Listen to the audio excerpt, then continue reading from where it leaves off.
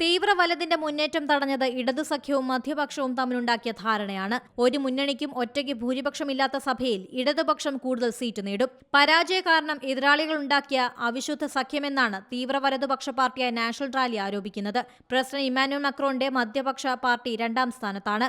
തിരഞ്ഞെടുപ്പിന് മുന്നോടിയായി വിവിധ ഇടതുപക്ഷ പാർട്ടികൾ സഖ്യമായി മത്സരിക്കാൻ തീരുമാനിച്ചതാണ് ഇടതു സഖ്യത്തിന് ഗുണമായത്. ഒരു സഖ്യത്തിനും ഭൂരിപക്ഷമില്ലാത്തത് ഫ്രാൻസിനെ രാഷ്ട്രീയ സാമ്പത്തിക പ്രതിസന്ധിയിലേക്ക് തള്ളിവിട്ടേക്കാമെന്ന് രാഷ്ട്രീയ നിരീക്ഷകർ കരുതുന്നു. മറീൻ ലെ പെന്നിന്റെ തീവ്ര വലതുപക്ഷം പാർലമെന്റിൽ കൈവശമുള്ള സീറ്റുകളുടെ എണ്ണം ക്രമാതീതമായി വർദ്ധിപ്പിച്ചെങ്കിലും പ്രതീക്ഷിച്ചതിലും വളരെ കുറവായി. സർക്കാർ ഉണ്ടാക്കാൻ കഴിയുമെന്ന് ഇടതു നേതാക്കൾ ആത്മവിശ്വാസം പ്രകടിപ്പിക്കുന്നുണ്ട്. രാജ്യത്തെ ഭൂരിപക്ഷം ആളുകൾക്കും വലിയ ആശ്വാസം നൽകുന്നതാണ് ഫലസൂചനകളുടെ പശ്ചാത്തലത്തിൽ മെലേൻചോൺ പ്രധാനമന്ത്രിയുടെ രാജി ആവശ്യപ്പെടുകയും ചെയ്തു. ഫ്രാൻസിലെ ദേശീയ തിരഞ്ഞെടുപ്പിൽ ഇടതുപക്ഷ സഖ്യം മുന്നിലാണ്.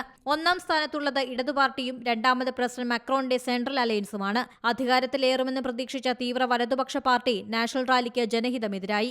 3ാം സ്ഥാനം മാത്രമാണ് പാർട്ടിക്ക് നേടാനായത്.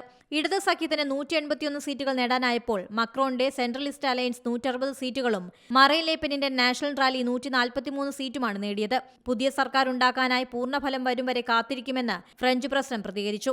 ഫ്രഞ്ച് ദേശീയ അസംബ്ലി ചേരുക ജൂലൈ 18-നാണ്. അടുത്ത സർക്കാരിനെക്കുറിച്ച് അതിനകം അറിയാം. ആഗോള നയതന്ത്ര വിഷയങ്ങളിലും യുക്രൈൻ യുദ്ധ വിഷയത്തിലുമടക്കം ഫ്രാൻസിലെ വരുംകാല നിലപാടിൽ കാര്യമായ വ്യത്യാസം ഇടതു സർക്കാർ വന്നാൽ ഉണ്ടാകുമെന്നാണ് കരുതുന്നത്. പ്രസിഡന്റ് മക്രോണിനെതിരെ കടുത്ത ജനവികാരവുമുണ്ട്. തീവ്ര വലതുപക്ഷ പാർട്ടിയായ നാഷണൽ റാലിയുടെ പ്രസിഡന്റ് 28-കാരനായ ജോർദാൻ ബാർഡെല്ല രാജ്യത്തെ അനിശ്ചിതത്വത്തിലേക്കും അസ്ഥിരതയിലേക്കും ഇമ്മാനുവൽ മാക്രോൺ തള്ളിയിട്ടെന്ന് കുറ്റപ്പെടുത്തി. അതേസമയം ഫലസൂചനകൾ വന്നതോടെ ഫ്രാൻസിൽ പലയിടത്തും സംഘർഷം രൂക്ഷമാണ്. International desk Zee Malayalam news. പുതിയ വാർത്തകളും വിശേഷങ്ങളും ഇനി വിരൽ തുമ്പിൽ. എല്ലാ ഡിജിറ്റൽ പ്ലാറ്റ്ഫോമുകളിലും ഇപ്പോൾ സീ മലയാളം ന്യൂസ് ലഭ്യം.